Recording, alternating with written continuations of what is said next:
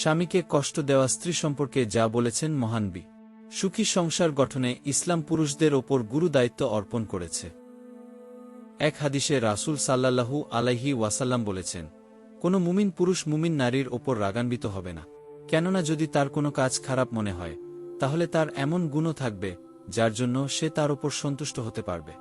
সহিহ মুসলিম হাদিস 1469। স্বামীর আনুগত্য। স্ত্রীদেরও স্বামীর আনুগত্য করার নির্দেশ দেওয়া হয়েছে। শরীয়ত বিরোধী নয়, স্বামীর এমন যে কোনো কথা মানার নির্দেশ দেওয়া হয়েছে।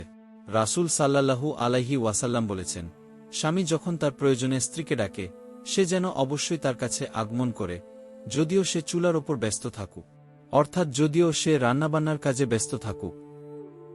অন্য হাদিসে রাসূল সাল্লাল্লাহু আলাইহি ওয়াসাল্লাম বলেছেন, যখন কোনো পুরুষ তার স্ত্রীকে তার শয্যায় ডাকে পারস্পরিক মিলনের উদ্দেশ্যে, এরপর স্ত্রী যদি স্বামীর আহ্বানে সাড়া না দেয় আর স্বামী যদি তার এ আচরণে কষ্ট পেয়ে তার প্রতি নারাজ অবস্থায় রাত অতিবাহিত করে, এমতাবস্থায় জান্নাতের বাসিন্দারা তাকে সকাল হওয়া পর্যন্ত লানত দিতে থাকে। এই দুটি হাদিস থেকে স্পষ্টভাবে বোঝা যায় যে স্বামীর আদেশ পালন করা স্ত্রীর জন্য অপরিহার্য। অন্যায়ভাবে স্বামীকে কষ্ট দিলে অন্যায়ভাবে স্বামীকে কষ্ট দেওয়া উচিত নয়। যারা স্বামীকে অন্যায়ভাবে কষ্ট দেন তাদের জন্য রাসূল সাল্লাল্লাহু আলাইহি ওয়াসাল্লাম হুঁশিয়ারি উচ্চারণ করেছেন এবং এমন স্ত্রী থেকে আল্লাহর কাছে আশ্রয় চেয়েছে।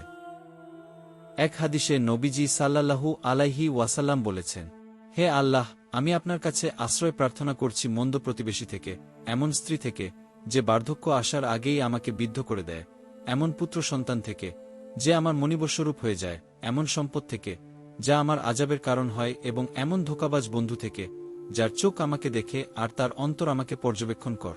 যদি সে ভালো কিছু দেখে তাহলে তা গোপন করে, আর মন্দ কিছু দেখলে তা প্রচার করে। তাবারানী সিলসিলা সহিহা হাদিস 3137। স্বামী অপছন্দ করেন এমন কাজ করলে। অনেক নারী স্বামীকে কষ্ট দেওয়ার জন্য বা রাগানোর জন্য স্বামীর অপছন্দনীয় কাজগুলো বেশি বেশি করে থাকে। স্বামী ঠিকমতো ভরণ পোষণ দিলেও খুশি হতে চান না পলায়নকারী গোলাম যতক্ষণ সে ফিরে না আসে। এমন নারী যে রাত যাপন করে অথচ তার স্বামী তার ওপর রাগান্বিত থাকে, ওই ইমাম জনগণ যাকে অপছন্দ করে। তিরমিজি হাদিস 360। স্বামীর প্রতি অকৃতজ্ঞতা। রাসূল সাল্লাল্লাহু আলাইহি ওয়াসাল্লাম মেরাজ থেকে ফিরে এসে বলেন, আমি জাহান্নাম কয়েকবার দেখেছি, কিন্তু আজকের মতো ভয়ানক দৃশ্য আর কোনোদিন দেখিনি। তার মধ্যে নারীর সংখ্যাই বেশি দেখেছি। তারা বলল, আল্লাহর রাসূল কেন? তিনি বললেন, তাদের অকৃতজ্ঞতার কারণ। জিজ্ঞেস করা হল, তারা কি আল্লাহর অকৃতজ্ঞতা করে? বললেন, না, তারা স্বামীর অকৃতজ্ঞতা করে, তার কৃতজ্ঞতা স্বীকার করে না। তুমি যদি তাদের কারো ওপর যুগ যুগ ধরে অনুগ্রহ কর, এরপর কোনো দিন তোমার কাছে তার বাসনা পূর্ণ না হলে সে বলবে, আজ পর্যন্ত তোমার কাছে কোনো কল্যাণই পেলাম না। স্বামীর সন্তুষ্টি। তাই স্ত্রীদের উচিত অন্যায়ভাবে স্বামীর মনে কষ্ট না দেওয়া এবং স্বামীর সন্তুষ্টি অর্জন করা।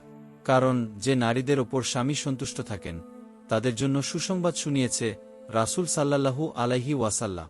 তিনি বলেছেন, যদি কোনো স্ত্রীলোক এমতাবস্থায় মারা যায় যে তার স্বামী তার ওপর সন্তুষ্ট ছিল, তবে সে জান্নাতে প্রবেশ করবে। তিরমিজি। এ হাদিস থেকে বোঝা যায় স্বামীর সন্তুষ্টিতে আল্লাহর সন্তুষ্টি অর্জন হয়।